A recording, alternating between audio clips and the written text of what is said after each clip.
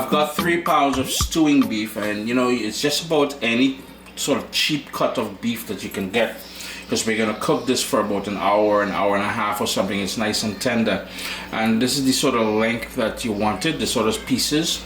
3 pounds, as I said, and it's been washed with the juice of a lemon and cool water. I've drained it completely.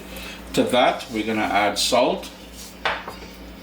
We're gonna add a diced tomato, and the acidity in that tomato is gonna help us along the way. So don't hate on the tomato in here. There's a reason for everything. Garlic, and I'll have here 7 cloves of garlic. Black pepper. Full list of ingredients and the recipe itself will be posted on CaribbeanPot.com. Some Worcestershire sauce, Scotch bonnet pepper, that's a whole Scotch bonnet pepper, a small one that I cut in half. If you can't source the Scotch bonnet pepper and all you can source is a habanero or jalapeno or Thai chili, use in the amounts that you like, you enjoy, you know what I mean? I have here a small onion that I diced. We need some grated ginger. And finally, Caribbean green seasoning. And that is a 1.5 tablespoons of Caribbean green seasoning. Caribbean green seasoning, if you're new to Caribbean cooking, is simply a blend or a puree. Let me zoom in so you can see better. Move the camera over a little. There you go.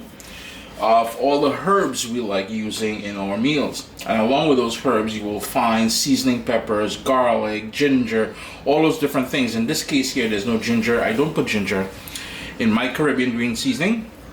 As explained on the website, I have reasons for putting certain things and not including certain things. Yeah. So what I'm going to do now is give that a mix, and then you're going to stick it in the fridge, let it marinate for a couple hours, and then we'll get started.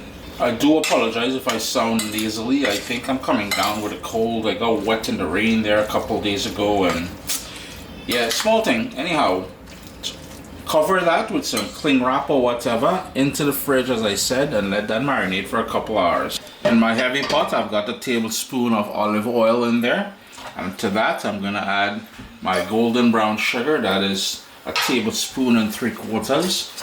And what we want to do is move that around. My flame is on a medium-high flame.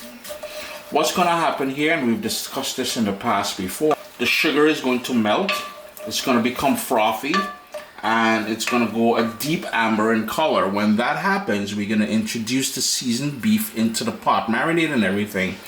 So you notice it's starting to go bubbles, and it's going to go frothy, like I said. If it goes black, shut the stove off, allow it to completely cool, wash, and start over.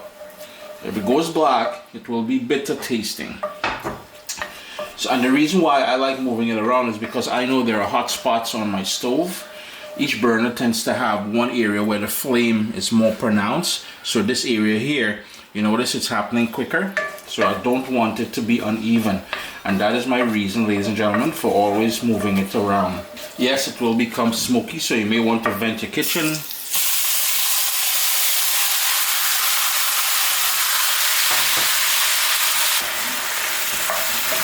And if you're wondering if this is going to be sweet by adding the sugar in there, no, it will not be sweet.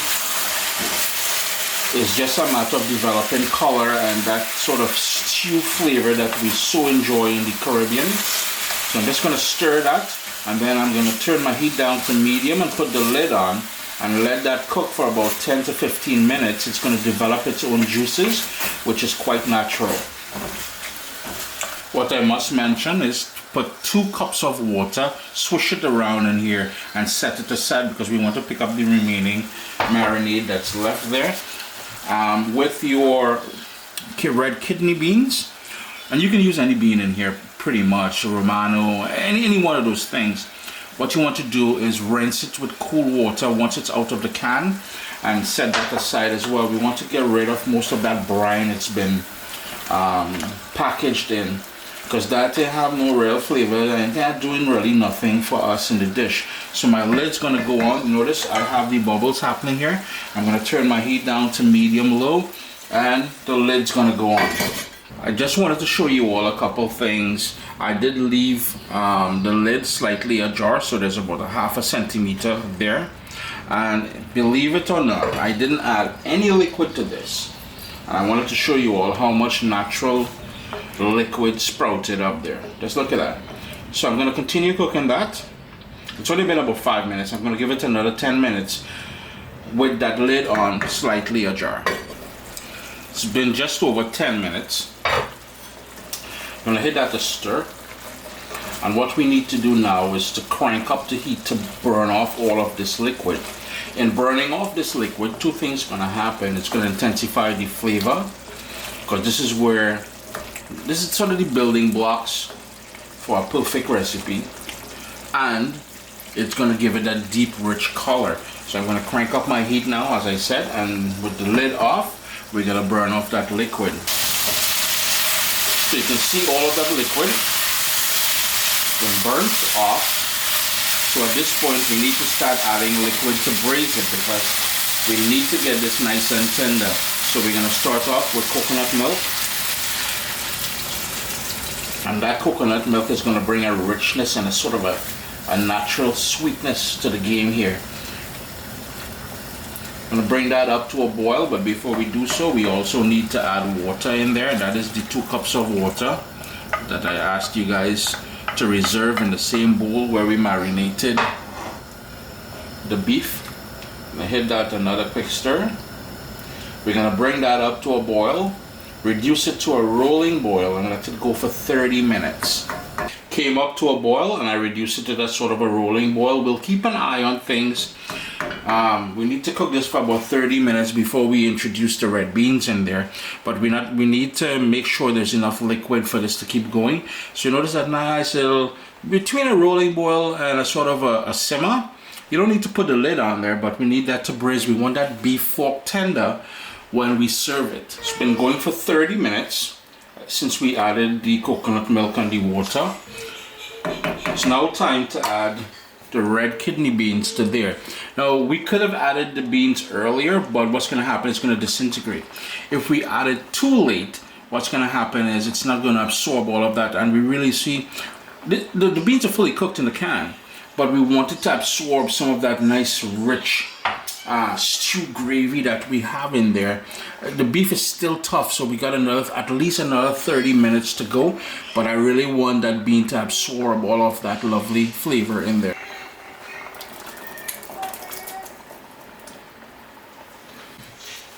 You will need to turn up the heat ever so slightly to bring it back up to a boil, because the beans would have added a level of, well, it would have dropped the temperature of the water, the liquid in here. So again, if you need to add some more water, by all means do so, but we want it nice and gentle.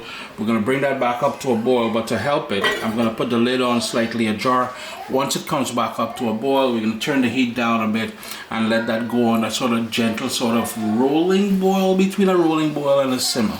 It's been 30 minutes since we added the red beans. Here's where now you're going to test to see if the beef is fork tender. You're going to test the salt, adjust the salt to your own liking. I love the consistency of the gravy here, and we'll thicken up a little bit more. I'm going to have this with rice, so I need that gravy. So there's just a couple things, well, just one more thing else we need to do to finish this off. I like to finish it off with a little herbal note, so that is some chopped parsley. Sup, soldiers? Listen, if you enjoy this recipe, I'd really appreciate it if you hit subscribe and click that bell notification thing. If you've made the recipe, take a picture and send it to me. Email address down here. I mean, trying to tell people the email address, then Butts will take the address and do all kind of thing with it. And tag me on Instagram at Caribbean Pod. I really appreciate you guys, and thanks for being in my kitchen with me today. Irene? Irene. Then you're just gonna hit that a final stir. Chris here, CaribbeanPod.com. Always a pleasure having you all in the kitchen with me. Stewed beef with red beans. We had that coconut milk in there. I do hope you all get the opportunity to give this one a try. Yo, it's our best meal, man.